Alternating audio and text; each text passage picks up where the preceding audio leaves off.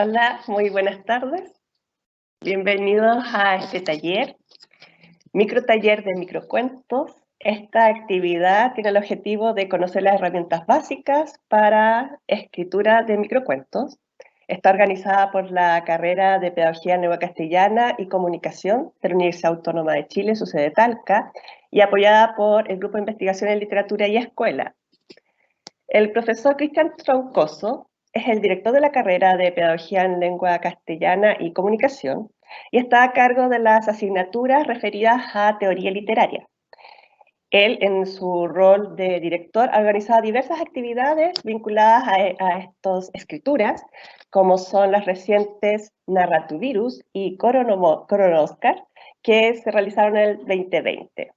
Y su acercamiento a los microcuentos está desde su etapa de participación en su doctorado, donde ha conocido a varios expertos latinoamericanos, como son Javier Perucho de la UNAM, en México. Bueno, la dinámica de este taller es bastante activa. Ustedes podrán participar a través del chat, así es que los invito a ir haciendo sus preguntas, sus comentarios, y yo también voy a estar interviniendo entre lo que ustedes dicen. Voy a intervenir en la exposición del doctor Troncoso para también lograr que dentro de su exposición y dentro de las actividades él vaya dando respuestas a las inquietudes que ustedes presentan. También, por favor, tomen mucha atención que dentro de la actividad, en el chat, van a haber unos links para que ustedes puedan participar de diversas actividades. Así que ahí les llamo, por favor, que tengan la atención en el chat. Entonces van accediendo a estos links para ir participando en las actividades que están consideradas en el taller. Y en ese sentido, si es que están trabajando, o sea, si están conectados del celular, les recomendamos que, si es posible, tengan también un computador a mano para que les sea más fácil y no se pierdan en esta dinámica de ir a los links y volver al taller. Profesor, ¿comenzamos con el taller? Muchísimas gracias, Pilar. Muchísimas gracias por la presentación bueno, agradecerle a cada uno de los asistentes su interés en participar en este taller de microcuento. En alguna otra información que pueda contarles es que este taller va a quedar grabado en el mismo link al cual accedieron. Ahí van a poder acceder al video una vez que finalice esta actividad. Como bien decía Pilar, la idea de este taller es que sea de alguna manera bastante interactivo y las instancias de interacción que se proponen, aparte del chat del cual va a estar a cargo Pilar, tienen que ver con ejercicios que vamos a ir haciendo tanto de lectura como de escritura dentro de esta hora y cuarto, hora y media, no sé, lo que demoremos. Esperemos que no nos extendamos demasiado para no hacer tan lato esto. Así que voy a compartirles ahora la pantalla para que veamos la presentación. Aquí está. Y lo primero que vamos a hacer, de hecho, ya es ir a alguno de los links de acceso. Vamos a revisar 4 microrelatos, 4 microcuentos que están relacionados. Bueno, este en particular, Tragedia de Vicente Huidobro, es quizá el primer microcuento que se haya hecho en Chile. Por eso es que lo seleccioné. Vamos a leerlo, así más o menos. Pero a mí lo que me interesa es que ustedes puedan ir a esa página que está arriba, pollev.com/cristiantro 279, Cristian con CH. Ya, pollev.com/cristiantro 279. Vamos a ponerlo en la caja del chat apenas este computador me deje. Pero de todos modos ahí se ve cuál es la página web.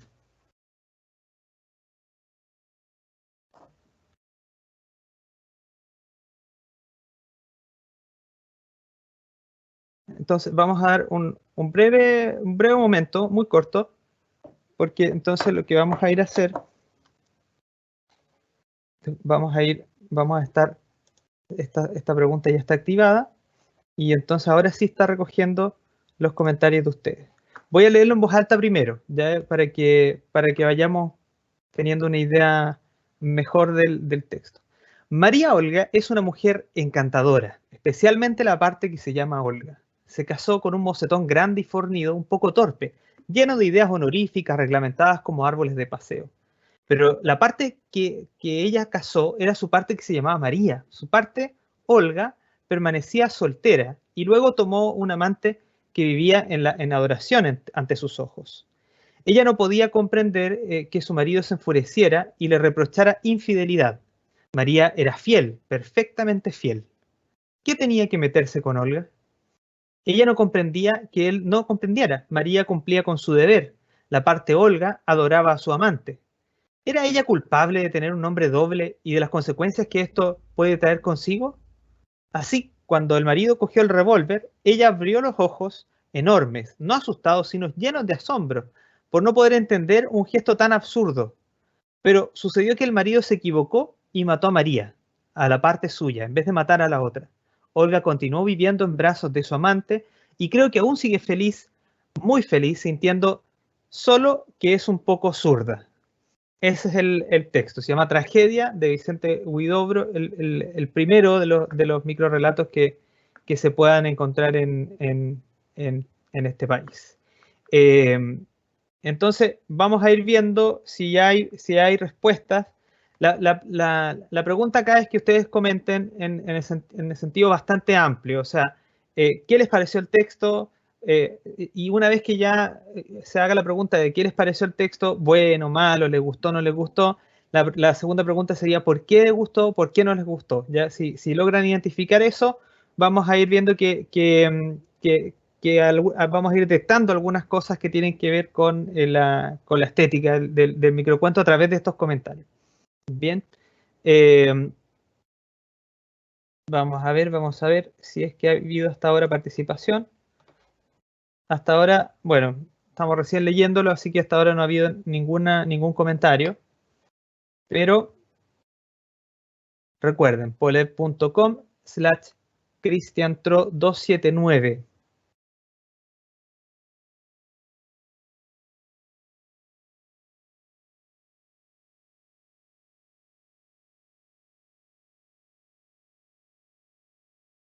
Yo lo que sí he tenido dificultad es para poner el link en el chat, en la caja del chat. A lo mejor eso también ha representado algún problema para entrar. A ver, ahora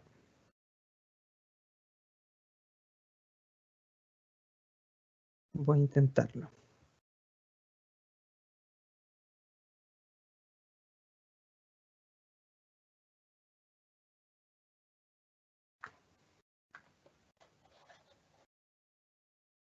Me pareció muy interesante el microcuento. Me gustó mucho. Además, desconocía el microrelato de Huidobro. Además, a pesar de los años, el tópico es aún actual. Qué bueno eso, ¿eh? ¿Cierto? ¿Cierto que el microrelato, bueno, habla de la violencia contra la mujer?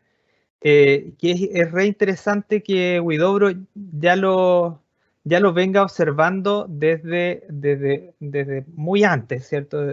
Muchos años atrás. Y no pierde su vigencia en ese sentido, la temática del microrelato. Y por eso que de ahí radica un interés, ¿cierto?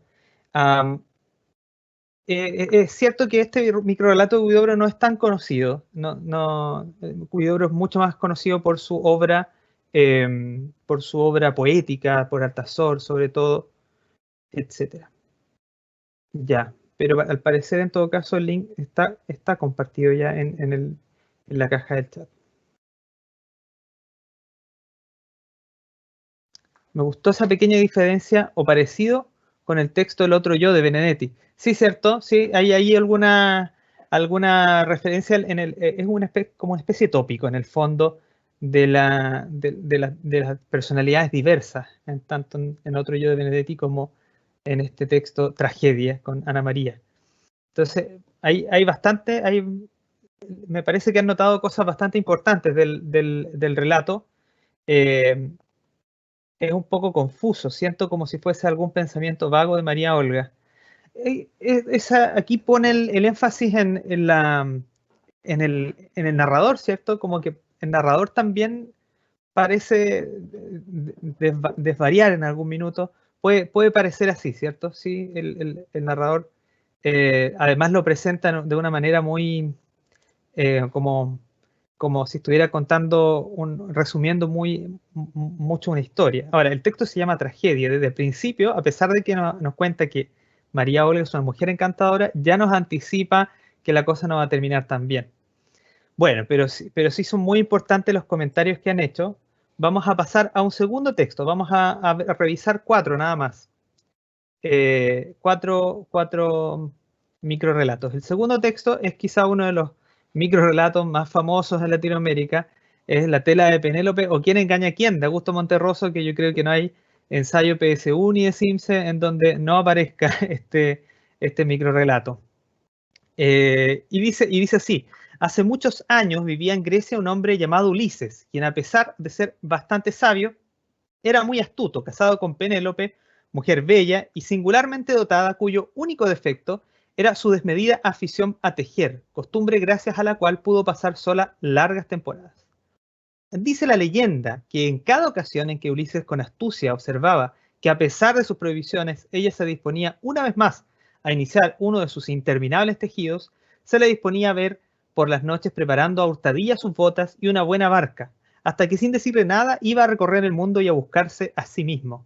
De esta manera, ella conseguía mantenerlo alejado mientras coqueteaba con sus pretendientes, haciéndoles creer que tejía mientras que Ulises viajaba y no que Ulises viajaba mientras ella tejía, como pudo haber imaginado Homero, que, como se sabe, a veces se dormía y no se daba cuenta de nada. ¿Ya? De nuevo, esto es el título resume un poco también la anécdota, ¿cierto? Vamos a activar la respuesta siguiente para ir poder observando sus comentarios. Así que ahora, si ustedes ingresan al mismo link, van a ver que la respuesta, la pregunta activada es la opinión general sobre el texto de Augusto Monterroso, La tela de Penélope o ¿Quién engaña a quién? A grandes rasgos, entonces, es sobre Penélope, un poco es una especie de reescritura de la Odisea, y un poco también habla mal de Homero, ¿cierto? Aquí puede ser que haya otro tema que no pierda vigencia. Vamos a ver si entonces en el mismo link ya hay comentarios.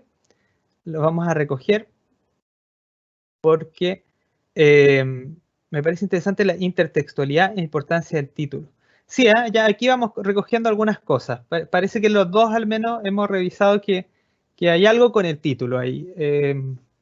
Y que obviamente la intertextualidad pareciera ser que permite no tener que describir en los personajes. O sea, como que tiene un doble propósito acá.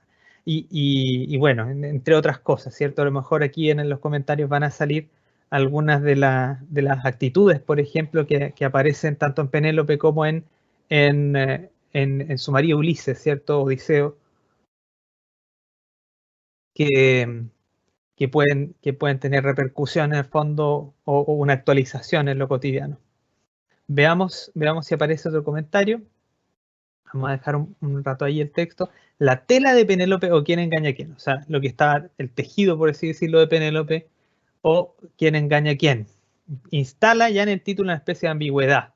Una ambigüedad que es de la cual se trata el texto.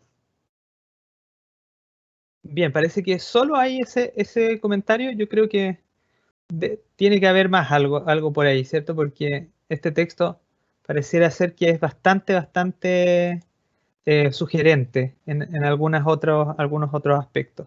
¿Qué les parece, por ejemplo, el rol de la mujer acá? O qué les parece cómo se toma la cultura en el fondo? O sea, ese tipo de intertextualidad, cómo se ejerce. Esas preguntas podrían también redundar en algún otro comentario. Me llama la atención el reflejo de la cultura latinoamericana en cuanto al concepto de tradición y viaje de los personajes. Ah, bien, porque ahí, claro, sí, eso yo no lo había notado, pero sí, el asunto del viaje de los personajes y el concepto de tradición, bueno, el concepto de tradición occidental, ¿cierto? Al existir un conocimiento general de los protagonistas, el autor se ahorra bastante la descripción de los mismos, lo que me parece una genial herramienta. Exacto, ¿cierto?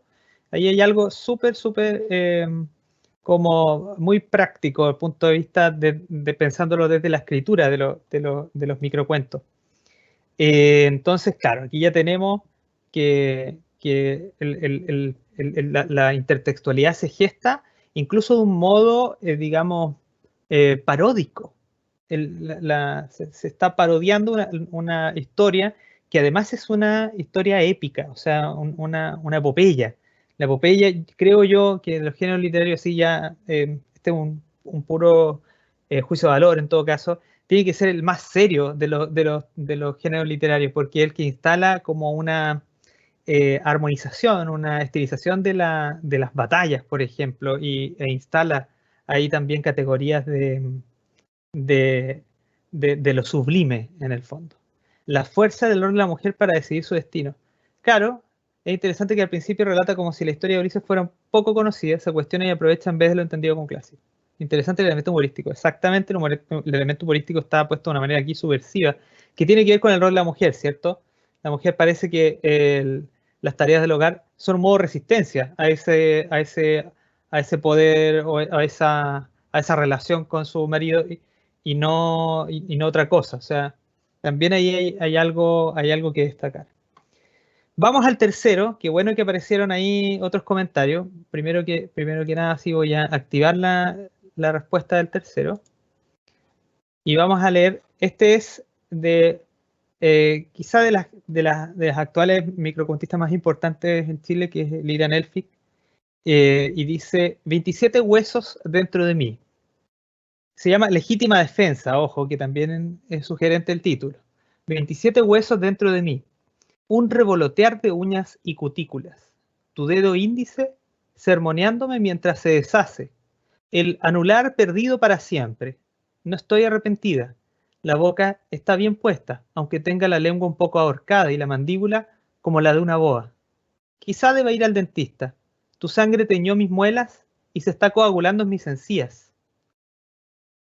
Y a la jueza le diré la verdad y nada más que la verdad, que tenías la mano dura. Sí, me parece que ahí se me pasó un arg, pero y a la jueza le diré la verdad y nada más que la verdad, que tenías la mano dura. Este cambia, o sea, bueno, yo creo que hay una relación entre todos los microcuentos mostrados hasta ahora que no me había dado cuenta, pero también es re interesante el punto de vista de lo que pasa, lo que está contando el microcuento. Cuando uno se da cuenta de qué es lo que lleva, cuál es la línea de acción en el fondo. Al principio es solo una descripción y uno un poco, parece que entra un poco confundido a leer el microcuento. Pero veamos lo que opinan ustedes. ¿Qué es qué es lo más importante? Vamos a revisar acá. Ya está activada por si acaso. Voy a dejar de nuevo puesto el microcuento para que no se les vaya ahí como el ratito que lo leyeron. 27 huesos dentro de mí. O sea, ya lleva 27 huesos, parece que comidos o algo así.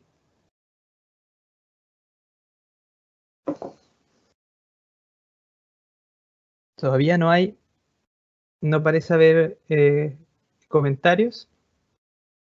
Yo creo que a lo mejor ahí están. Recuerden, polle.com /ChristianTro279, quienes vengan integrándose también. Ese sería el texto de Lilian Elphicke. Oh, perdón.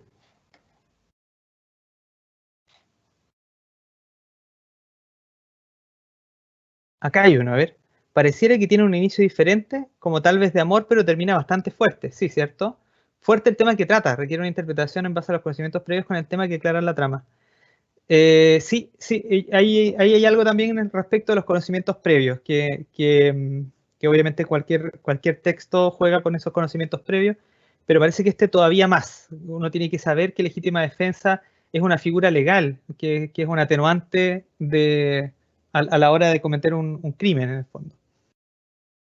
Y exacto, pareciera que tiene un inicio diferente, tal vez una descripción íntima, pero en realidad es como gore en ese sentido este microcuento. Describe una escena bastante fuerte.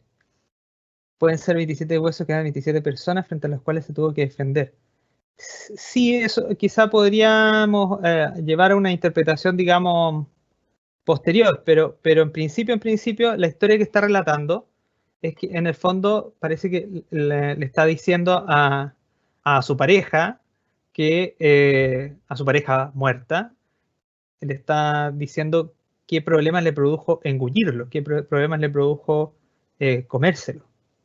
Entonces, en el fondo después dice, no estoy arrepentida, la boca está bien puesta, aunque tenga la lengua un poco ahorcada y la mandíbula como la de una boa. O sea, más encima está hablando de todavía esto que la boca está bien puesta, uno piensa que todavía está hablando está hablando de ella, pero todavía está hablando del cadáver. Quizá deba ir al dentista, tu sangre teñó mis muelas y se está coagulando en mis encías. Y a la jueza, y aquí es donde cambia, ¿cierto?, como el sentido de lo que iba, le diré la verdad y nada más que la verdad. O sea, repitiendo de nuevo este formulismo, el leguleyo, ¿cierto?, del asunto de que tiene que jurar decir la verdad y nada más que la verdad. Que tenías la mano dura, y eso tiene una doble interpretación súper interesante igual, ¿cierto? Me gusta la narrativa que presenta con frases breves. Sí, eso es otra cosa que no parece haber palabras muy complicadas ni estructuras de oración muy complejas, sino que simplemente es algo que todo el mundo podría entender, pero juega mucho ahí con la interpretación. Tenías la mano dura. ¿Qué significa tener la mano dura? ¿Sí? Está hablando de que cuando se comió su mano estaba dura. Puede ser, como también que la golpeaba, en el fondo. Ahí está, ese es el juego que se da entre las dos interpretaciones. Vamos con el último, ¿les parece? Yo creo que ese texto es súper profundo, la verdad, el de Línea Nelfic. Vamos con el último, que también es de otra microcontista de las más importantes a nivel latinoamericano, que es Luisa Valenzuela. Y dice así, el texto se llama "Este tipo es una mina". Ya, en eso de la palabra mina como hombre no es, o sea, que usamos en Chile, que además es una mala metáfora, perdón, para describir una mujer se le dice mina en Chile, no se aplica necesariamente en otros lados, ¿ah? A lo más se ve en Argentina, pero hay que pensar que este texto es mexicano, entonces yo no sé si he visto al mexicano usarlo de esa manera, puede ser que sí.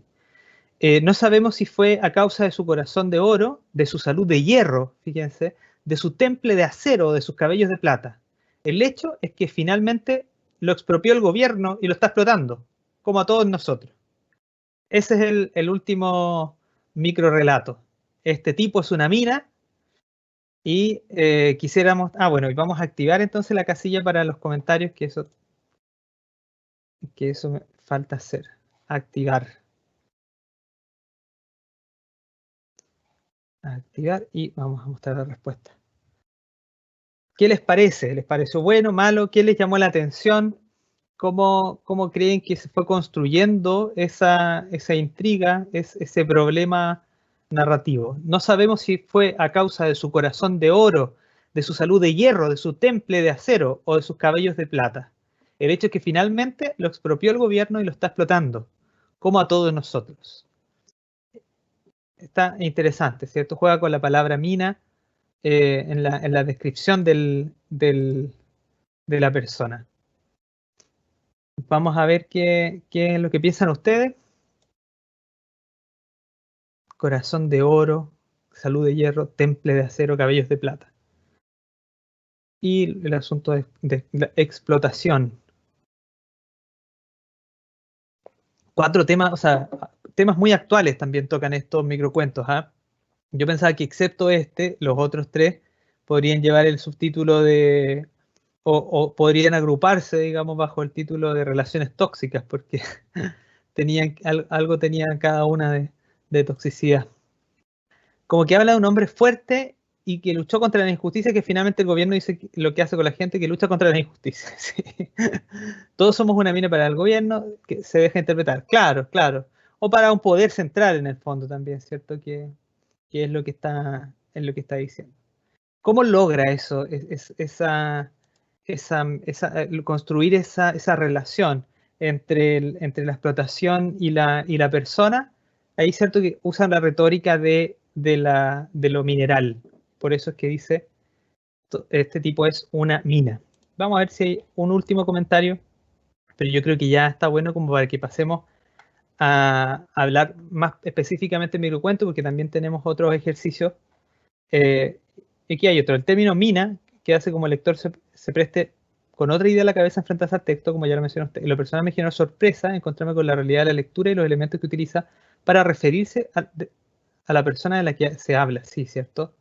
No somos más que objeto de producción. Esa es como la gran sentencia. De hecho, podría llamarse el texto podría llamarse así. No somos más que objeto de producción o sujetos de producción.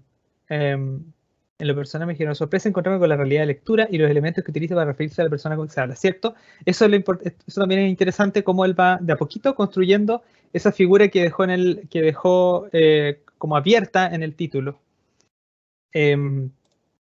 Bien, vamos a dejar ahí este ejercicio, ¿ya? No vamos a volver sobre los textos, pero a mí me interesaría ahora que habláramos más o menos, o sea, como una inducción a la narrativa. Y en esto yo voy a usar un texto que se llama Tesis sobre el cuento, que está en el libro Formas breves del escritor Ricardo Piglia. En realidad esto nos va a servir como para inducirnos al ejercicio, ¿ya?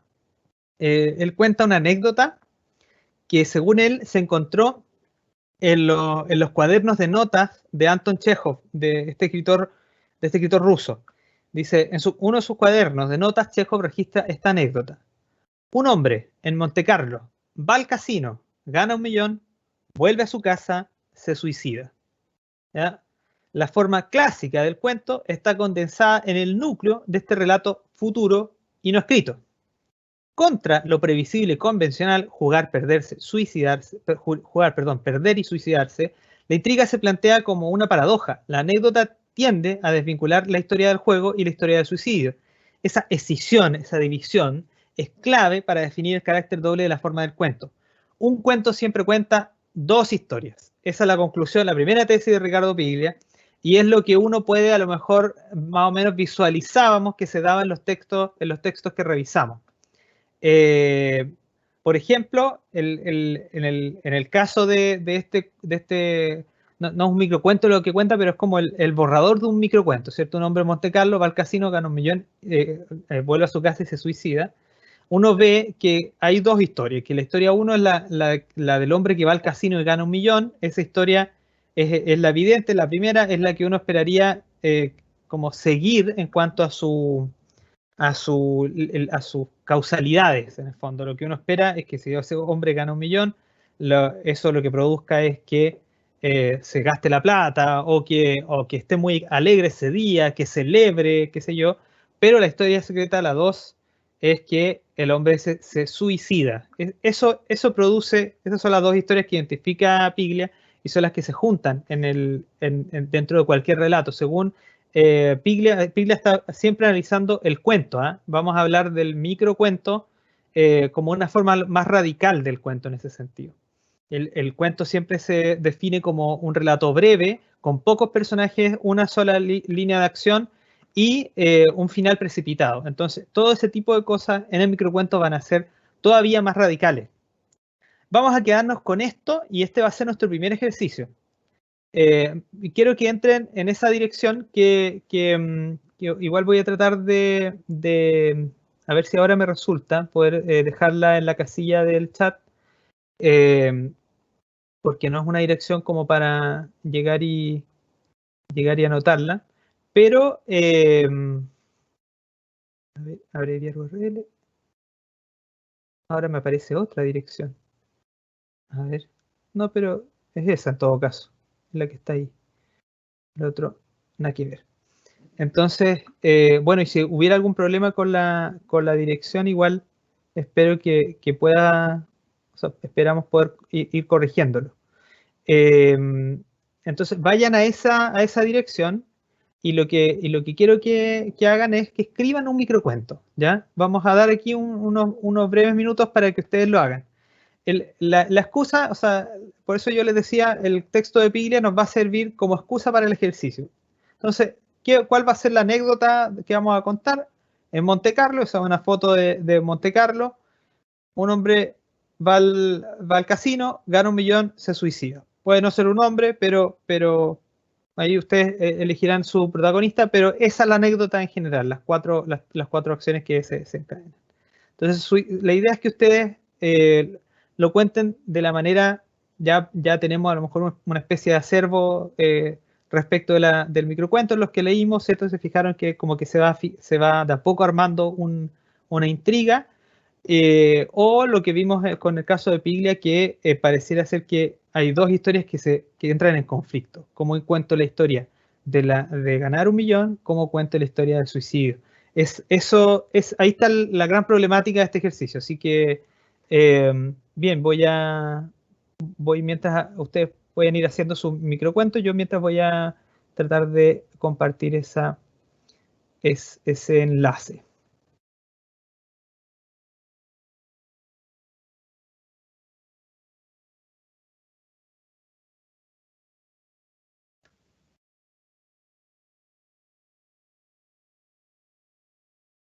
Ya.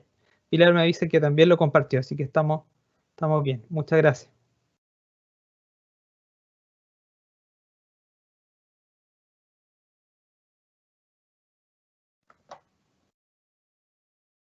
Vamos a ver unos breves minutos. A ver, voy a poner acá un cronómetro, un microcuento. O sea, a lo mejor en otra instancia podríamos hacer un microcuento mucho más logrado. Pero por ahora vamos a ir ensayando. Recuerden que este es un micro taller de microcuentos. Que voy a dar dos minutitos. Mientras voy a ir a recoger, a ver si hay ya alguna respuesta.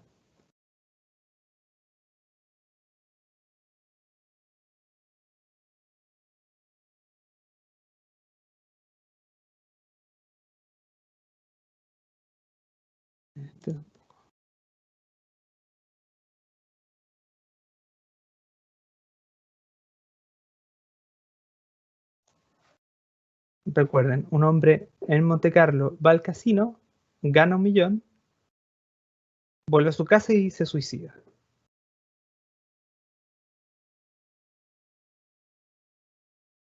Ahí hay una intriga que formular en torno entonces a la contradicción que produce esa historia del suicidio. Vamos a ver lo que cuenta Piglia Iguala, porque él ejemplifica con una especie de ficción de cómo lo harían dos reconocidos autores del cuento. Veamos. 0 respuestas hasta ahora. Les animo a hacer el microcuento. Recordemos que este es un taller, entonces la parte importante es justamente la que pueden realizar los talleristas. Y en todo caso, yo ahí en el formulario puse seudónimo. Si no quiere dar su nombre, o sea, también puede ser, pero lo importante es que al menos esté el producto ahí.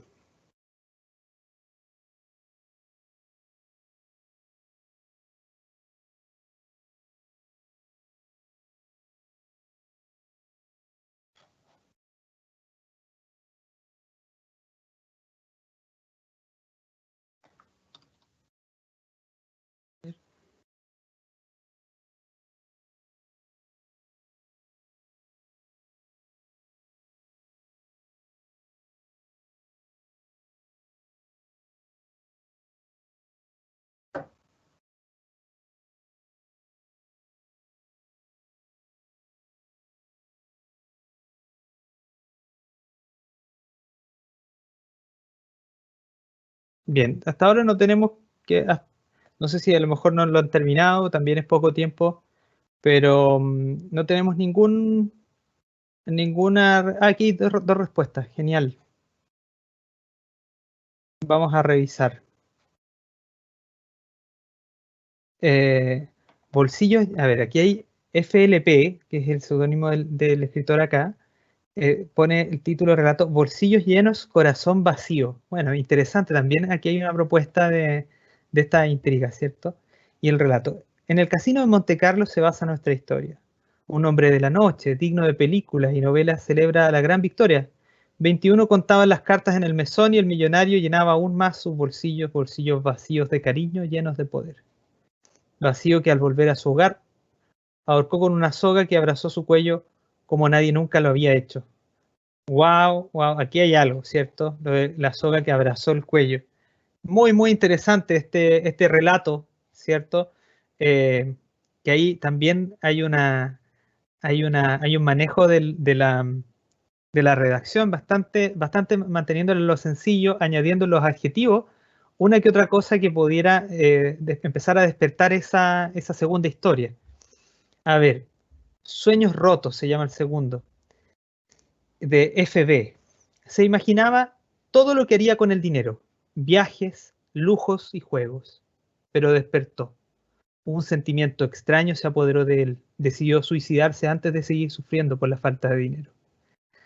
Este plantea otra resolución a ese misterio. Está bueno igual. O sea, en realidad lo que dice este escritor o escritora, que lo que está haciendo, o sea, en el fondo, toda la historia de la victoria en realidad es un sueño, y no es real. Y eso lo lleva al suicidio. O sea, esa distancia entre lo que sueña y su realidad lo lleva al suicidio. Está interesante, me parece, hasta el momento. Bueno, ahora ya tenemos una cuarta respuesta. El seudónimo, aquí la escritora se llama Rode y pone la amorosa muerte. Ese es el título. Que ya de nuevo instala esta contradicción, es un oxímoron en sí mismo, ¿cierto? La amorosa muerte. Sentía tu respiración, mi cuerpo sobre el tuyo, la respiración se tornó cada vez más rápida, sumí tus ojos volviéndose blancos, lentamente ya no existe tu respiración, saqué la almohada, te vi, te despedí. Bien, bien, me parece que a lo mejor se aleja un poco del ejercicio de lo de Piglia, pero sin embargo acá también tenemos la construcción de un microcuento, como, al menos hasta como los que hemos revisado hasta ahora, ¿cierto? En donde se mantiene hacia el final, se mantiene una intriga no resuelta. Vamos entonces con el escritor o escritora, dos puntos, cierra paréntesis o sonrisa, sin ganancia, se llama el texto. En Montecarlo la costumbre era la ganancia. Efectivamente esa noche la suerte lo permitió, 1 millón, pero en casa la suerte me dejó al lado y no hubo remedio. La realidad valía menos. Y lo deja abierto, Está bueno esto, o sea, a ver qué pasa ahí. Ese final igual es interesante. Vamos a leer el quinto. 2 monedas del tragamonedas. Ganó tantas monedas aquella noche, pero no fueron suficientes para pagar la tristeza que arrastraba. Incluso le sobraron para ponerse un par en los ojos. El viaje era largo. ¡Wow! Aquí sí, de nuevo este relato, bueno, el escritor y escritora VC juega con esta tradición griega, me parece que es de ponerse dos monedas en los ojos. Hay otra tradición griega que dice que es en la lengua, para pagar la barca de Caronte, ¿cierto? O sea, ahí hay otra referencia al conocimiento del mundo, que está también muy, muy interesante. ¿Sí? La verdad es que para mí me parece que este ejercicio está absolutamente logrado. ¿Ya? Vamos a quedarnos hasta ahí, pero no porque, pero bueno, podríamos seguir.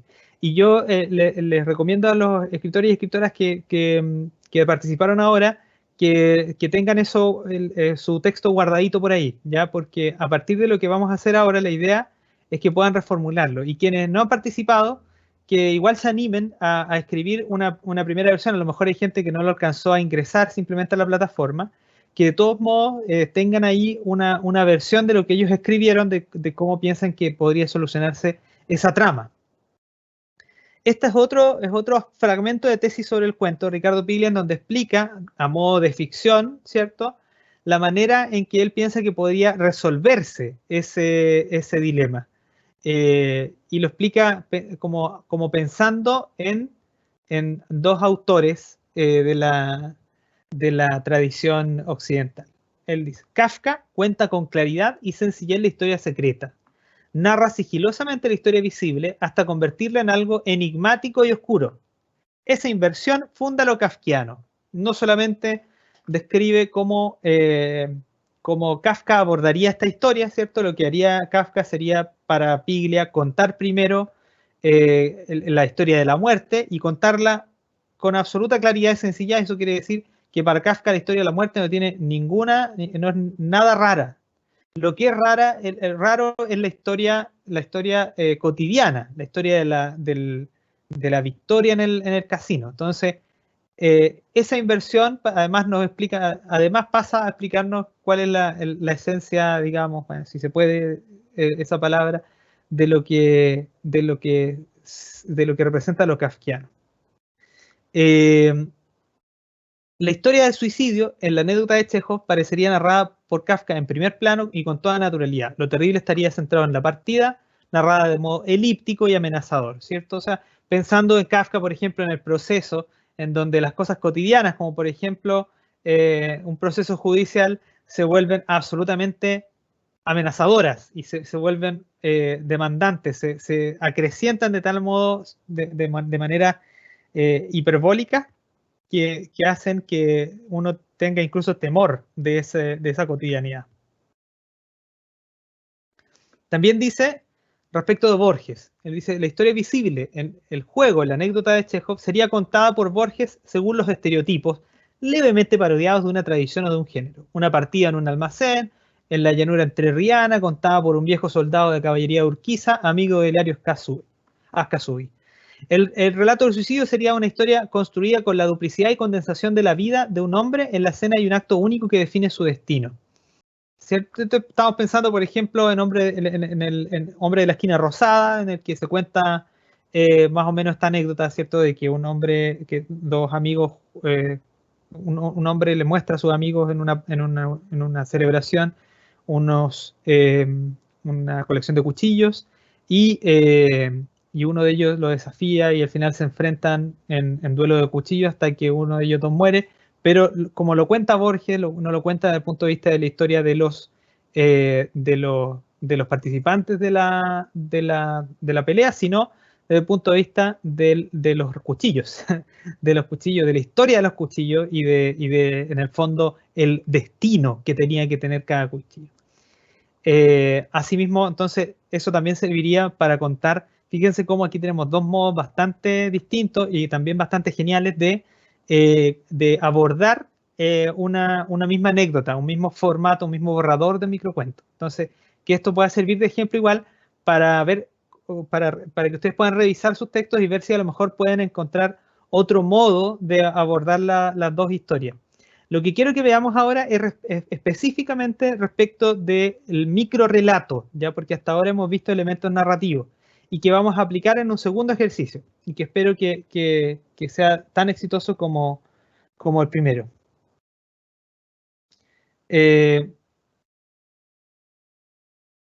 Bueno, minificción, microrelato, relato breve y microcuento son algunos de los conceptos que, si bien tienen una que otra diferencia, en general se está tratando de lo mismo. Acá en Chile hay concursos que son muy famosos, como el Santiago en 100 palabras, bueno, se ha extendido a muchas otras regiones, y que llevan mucho tiempo ya funcionando, y estos relatos son de microcuentos donde también hay ejemplares muy buenos de microrelatos. Pero en todo caso, vamos a usar como sinónimos estas cuatro formas. Hay algunas otras cosas que resume, o que sintetiza o que están, digamos, inmersas en el género del microcuento. Un microcuento no es un chiste. Por ejemplo, un chiste tiene una oralidad y su fin es hacer reír, pero podría tomar eventualmente patrones del chiste en la medida en que primero es un texto escrito y, como vamos a ver, es un texto que es muy profundo, condensa mucho. Cuando se utiliza el humor, se utiliza de una manera paródica. Y lo que sabemos es que la parodia es la forma más radical de crítica que se puede hacer. Por lo tanto, claro, ¿no? El fin de la risa tiene este sentido mucho más subversivo en el caso del microcuento. Vamos a revisar esto del profesor Javier Perucho, que ya anticipaba Pilar que tuve la oportunidad de conocer. y que él lo pone a modo casi como de tips, de microcuento. Entonces, por eso voy a revisar este texto del Prolegómenos para una teoría del microrelato. Suena muy académico, pero la verdad es que es muy práctico. El microrelato es un género en sí mismo, autónomo, independiente de sus hermanos mayores, regido por leyes propias, posee un panteón de letras y rotonda de literatos ilustres, además de un repertorio de obras y una tradición secular que lo legitima. O sea, el microrelato o microcuento en realidad ya a esta altura está muy validado como género y no es para nada, no está para nada como en desarrollo, sino que ya cuenta con bastantes autores que son destacables en el desarrollo de este tipo de género literario. El microrelato es el indicio de una ideología del mundo y de la existencia sostenida por un escritor. Aquí lo primero que dice Javier Perucho es este factor, digamos, ideológico, el del microrelato, o sea, que condensa ahí una propuesta, que condensa una visión de mundo, ¿ya? Una opinión incluso respecto de un tema particular, puede ser incluso un tema controversial, como hemos visto, ¿cierto? Que los microrelatos, por ejemplo, de Lina Nelfic, muy controversial. Por la potencia de la elipsis, al personaje basta con nombrarlo. Su descripción queda para las sosegadas líneas del cuento, las turbulencias de la novela, algo que también hemos revisado y salió en los comentarios que ustedes hicieron respecto de que no se necesita describir al personaje. Eso se omite. La elipsis, ¿cierto? O sea, se silencia algo. El narrador también es un personaje. Ese es un factor que a menudo se suele olvidar cuando se habla de narrativa. El dilema queda plasmado en el planteamiento final de la historia. O sea, parece que hacia el final el final de la historia en un microcuento tiene demasiada importancia porque parece que en 2, 3 palabras se resuelve una intriga que viene gestándose desde bien atrás. Si no se pone un conflicto, la estampa lleva su nombre. O sea, ¿a qué se refiere con esto? Que tiene que haber una acción. Si no hay una acción, es parte de una descripción, a lo que él le llama estampa. La resolución del conflicto es clave para la consagración de la historia. O sea, la resolución del conflicto, que además es el final, es clave. Estamos hablando de que en el fondo el final es clave para la construcción de un microcuento. El dilema es compatible con la sorpresa, el enigma y el descubrimiento. O sea, está hablando de que el dilema es esta intriga que vamos a construir. Esta intriga tiene que producir sorpresa, tiene que producir enigma y al final tiene que producir un descubrimiento. Esa es más o menos la dinámica que se establece como con el lector. Una historia se condensa así y solo si recurre a estos ingredientes: héroe, conflicto y resolución. ¿Sí? O sea, esto me parece ya como de suyo, ¿cierto? O sea, tiene que haber un personaje al menos, tiene que haber un conflicto y tiene que haber un final que se desarrolle en el texto. Una historia puede confundirse con la descripción o la estampa cuando no dispone de un personaje o de una trama. La falta de acciones también la distingue. Claro, o sea, pensemos en que cuento, microrelato, microcuento, cuento viene de contar y lo que se cuenta son acciones. Por lo tanto, tiene que haber al menos unas. En sus múltiples variantes, el desenlace es la corona de luz de la historia breve. O sea, de nuevo nos enfocamos acá en el final. Fíjese lo que dice en el siguiente punto. El título encapsula la sinopsis del microrelato. Una historia puede arrancar desde el título. ¿Sí? Eso es interesante. Nosotros hemos visto hasta ahora los ejemplos que revisamos, que parece que todos los relatos llevaban desde el título algo, que algo decían desde el título. Instalaban ahí una problemática que no terminaba por resolverse hasta bien al final. La elipsis, un recurso indispensable en la confección de la historia. O sea, la elipsis, de nuevo, esto de callar. En un microcuento cuenta tanto por lo que señala como por lo que calla. Eso es importante. Fíjense, por ejemplo, que uno de los textos que hicieron ustedes nunca decía que el personaje se mató. Pero bueno, a lo mejor ahí faltaba sugerirlo de manera más rotunda, pero quedaba ahí como en el aire esa idea. La intertextualidad es uno de los recursos del microrelato. Es más difícil de comprender para los lectores principiantes, el recurso más socorrido entre los aprendices de escritores hoy en día. La ironía es un recurso subversivo, ¿cierto? Estábamos hablando de este aspecto subversivo del microcuento porque altera un orden y manifiesta una verdad. Eso es importante. Y ver cuál es el orden que va a alterar y cuál es la verdad o en el fondo esta propuesta de verdad del autor, este aspecto ideológico del microcuento. La parodia y la reescritura subyacen en el origen modernista del microrelato. O sea, parodia ¿cierto? Y esto del aspecto intertextual también es importante. No sé si es importante que todos sean intertextuales, pero es un recurso que sirve mucho para, por ejemplo, no tener que describir los personajes. A diferencia del microcuento de la novela, el detalle, necesario en ambos, desaparece en el microrelato ya que prescinde de este recurso. El detalle es la abundancia de descripciones, por decirlo así, ¿ya? Y en la novela, por ejemplo, la novela realista, naturalista, uno ve que el detalle cobra una importancia supina. Hay páginas, o sea, descripciones que son 2, 3 páginas de descripción de un solo elemento. En el cuento a lo mejor un poco menos notorio, pero de todos modos en esos dos géneros literarios es muy relevante. Y el silencio habita en el tejido textual. En el microrelato, entonces, justamente nutriéndose de esta elipsis, la descripción no va a ser tan amplia. Nos vamos a quedar con estas cuatro cosas para resumir. Primero, que debe haber una acción, ¿cierto? Esa acción obviamente debe presentar un problema. El microrelato es el género de mayor intensidad y la novela lo es de la extensividad, o sea, aquellos aspectos que a lo mejor dentro de la novela pueden ilustrar mejor un aspecto, una descripción de algo, de un sonido, un olor, qué sé yo. En el microrelato en realidad solo se va a usar aquellos adjetivos o aquellas descripciones que sirvan para aumentar la tensión narrativa o hacer más grande esta intriga que se produce en el planteamiento del problema. Pensemos, por ejemplo, en el texto que revisamos de Luisa Valenzuela, en donde los únicos adjetivos, lo primero que se proponía era una descripción, ¿cierto? Y en esa descripción se usaba cada uno de esos aspectos porque se instaló esa intriga en el título. O sea, no hay nada al azar, no hay nada que sobre para el propósito del microrrelato. Entonces, de allí su forma elíptica y sus silencios también. Otra cosa es que el microrrelato comienza en el título, eso es importante, que el título no es al azar acá, no es como un resumen tampoco necesariamente de la trama, sino que puede instalar esas ambigüedades que van a desarrollarse en la obra.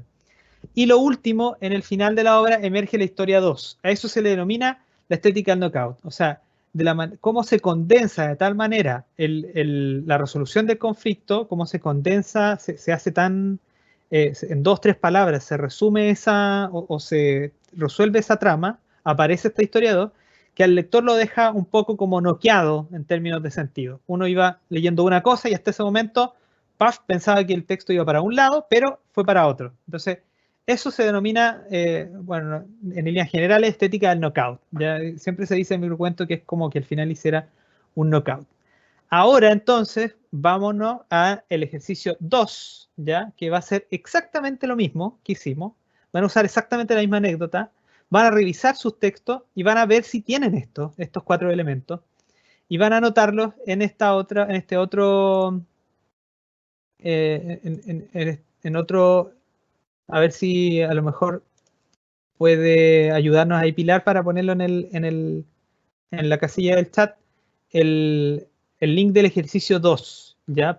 Igual vamos a dar minutos breves, 2 o 3 minutos para que ustedes puedan hacer ese ejercicio. Recordemos que la idea es que obviamente este producto después puedan seguir revisándolo, pero al menos por ahora y para hacer que este ejercicio sea completo, revisen su propio texto, los escritores que nos aportaron en el ejercicio anterior, y si ustedes no alcanzaron, de todos modos también les pedimos que lo realicen. Entonces, esta va a ser la dirección, la que está arriba, la dirección del ejercicio ahora. A ver si lo puede poner Pilar mientras. Si no puedo, a lo mejor lo hago yo aquí mismo. Sí, Cristian, está compartido en el chat. Buenísimo, muchas gracias, Pilar.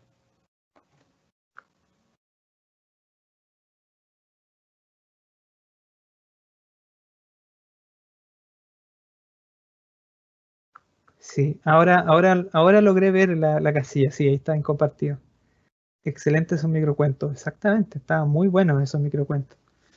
Va a quedar guardado, exactamente, va a quedar guardado el microtaller en el mismo link en el que participaron, que también es un link reducido, o sea, todo es micro en este taller.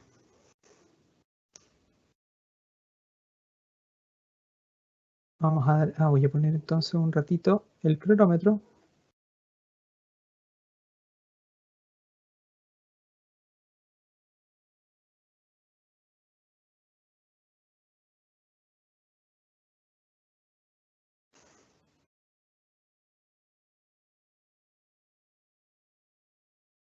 En Monte Carlo, un hombre va al casino, gana 1.000.000, se suicida.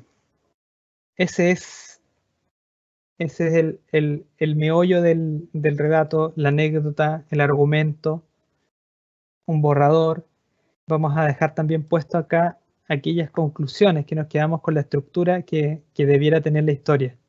Entonces vamos a ver la manera en que mejoraron sus relatos aquellos quienes pudieron participar recién, y que lo hicieron más efectivo respecto de la misma historia, ¿ya?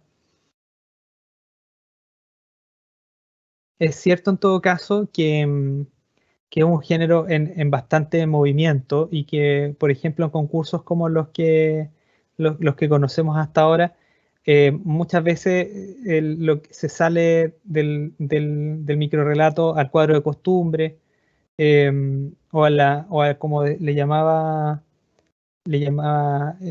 Javier Perucho, él le decía, acá está, ¿no?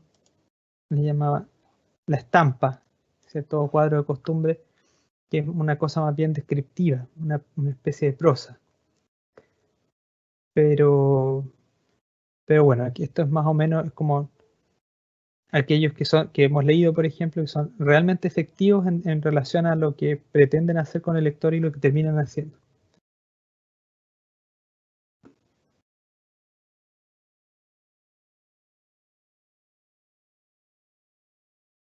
Bien, a ver, voy a ir a ver si ya ha habido alguna respuesta. Hay una respuesta.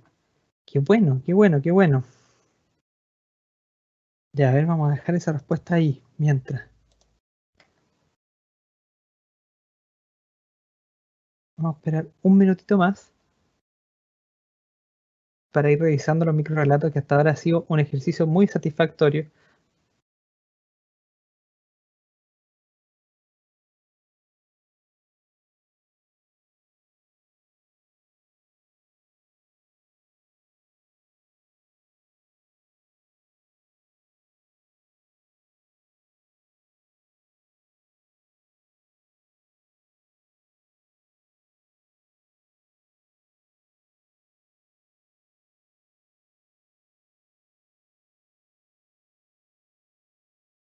Bien, a ver, revisemos si ha llegado otra respuesta. Hasta ahora solo hay una respuesta.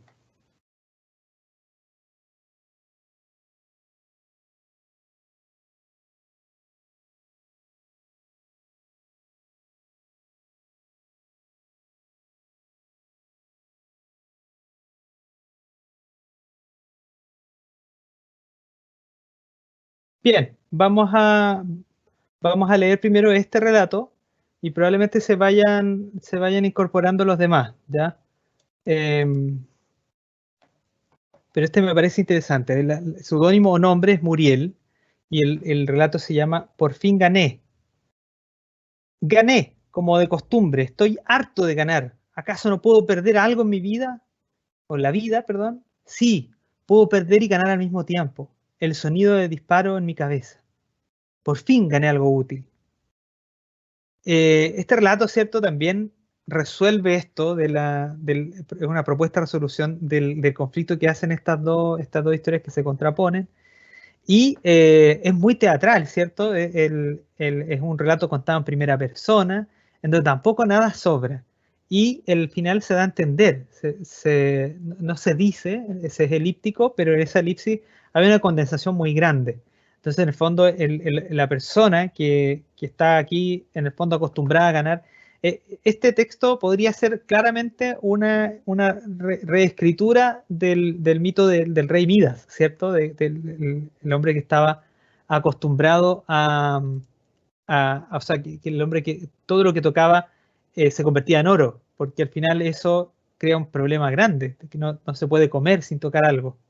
Ya tenemos varios más, pero eso tiene este relato que es bastante interesante. O sea, cómo el ganar todo puede significar también una especie como de maldición, por decirlo así.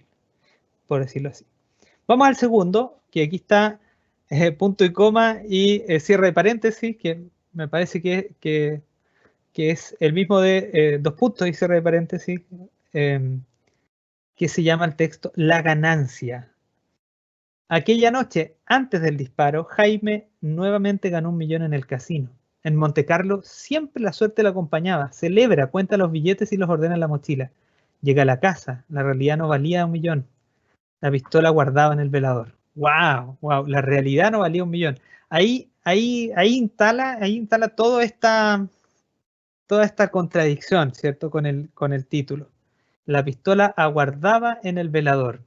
Ni siquiera, tampoco dice que se mató. Entonces, también eso se está aquí incorporando estas características que revisamos del microrrelato, que es lo elíptico, ¿sí? Me parece muy, muy bien logrado también ese texto. FLP, un final cálido. En el casino de Montecarlo, el millonario sonríe con frialdad ante el resultado. 21 mostraban las cartas del mesón, mientras otro 1 millón sumaban su cuenta. La casa vacía y los bolsillos llenos lo recibían con un abrazo, el formidable abrazo de una soga, cuales brazos se alzan alrededor de su cuello. Aquí enfatizó esa cosa que tenía este texto, que era el asunto del abrazo, de la soga en el cuello, y que claro, justifica. Hasta el momento de sumar la cuenta, uno pensaba que hasta ahí iba lo del final cálido, o sea, el final de él es un final lleno de dinero, pero en realidad se instala esta peripecia, por decirlo así, o sea, una muestra de que el personaje va en su suerte para el otro lado, y entonces la muerte aparece como algo positivo. Es un poco lo que haría, lo que decía Piglia, que es lo que haría Kafka, ¿cierto? Me parece también que incorporó esos elementos, así que muy, muy bien logrado. Vamos a leer, cuarto, hay 5, alcanzamos a leerlos todos. Chibi, Riqueza de Amor, se llama. Fue aún, fue aún Victoria caprichosa, no estaba acostumbrado tanto al dinero. Pensó por meses que lo quería, que lo amaba, que lo único atractivo en él era el dinero de su bolsillo, y su logro fue favorable. Solo necesitaba que callara el sueño. Lo vi en la noticia del diario. No pensé que le afectara tanto, me dije esa mañana. Fue aún Victoria caprichosa, no estaba acostumbrado a tanto dinero. Ah, perfecto. Pensó por meses que lo quería. Fíjense cómo hay veces que se instala la ambigüedad de tal manera y se resuelve de una manera tan prolija en el desarrollo, que uno lo que tiene que hacer es volver sobre el texto, que lo amaba, que lo único que atractivo era el dinero y su bolsillo, y su logro fue favorable. Solo necesitaba que callara el sueño. Lo vi en la noticia, no pensé que le afectara tanto, me dije esta mañana. Ahí de nuevo hay un elemento muy, muy elíptico. Quizá demasiado elíptico, y que deja algunos vacíos que no son tan interpretables, pero sin duda que se captó esa esencia del microcuento, y se mantiene una intriga hasta el final. Vamos a ver las formas del sueño. Este tiene ese título anticipa algo interesante. Sabía que no era real y aún así quería seguir soñando, ya que era la única forma en la que tenía dinero. Se dio algunos lujos, viajó, gastó mucho en juegos. El sueño era el mismo todas las noches. El casino en Montecarlo, pero un día no pudo soñar. Las pesadillas se apoderaron de su cabeza, el dinero no lo tenía, al despertar las ganas de vivir se habían ido. Es súper interesante cómo se plantea en este relato la idea del sueño como una especie de ejercicio de la voluntad, ¿sí? Y que al parecer es como una especie de compensatorio, el sueño como compensatorio de la angustia de la vida, en el fondo. Y eso es esa es la manera en que se resuelve también este asunto de la riqueza. La riqueza es solo aparente, ¿sí? Así que me parece que también es un ejercicio muy bien logrado, y recuerdo que el anterior, me parece que es el mismo de FB, obviamente que aquí puso, en la primera parte, cambió radicalmente el texto, manteniendo la anécdota así, para enfatizar ese aspecto del sueño, que como el sueño repetitivo pero que no cansa, y que llega a ser, estoy pensando yo por ejemplo como en el soma de los un mundo feliz, creo que era el texto del Soma. Si no me equivoco, o 1984, no recuerdo cuál de los dos. Bien, eso es lo que yo tenía para hacer con ustedes. Yo sé que es un micro taller de microcuentos, muy poco lo que se puede alcanzar a hacer, pero me parece que ha sido hasta el momento muy exitoso. A mí me gustaría que pudieran entrar en ese enlace para poder responder la encuesta de satisfacción. Ahí también les va a preguntar correo electrónico y vamos a poder recomendarles algunas otras actividades que realicemos en el futuro, sobre todo que tengan que ver con este tema. Y para nosotros es importante saber también su opinión para retroalimentar este taller. Así que, Pilar, yo no sé si ha surgido alguna pregunta o alguna cosa en el chat. No, Cristian. Sí, compartí el link para la encuesta de satisfacción, que le agradeceríamos que la contestaran, porque así podemos mantener contacto con ustedes para otras actividades.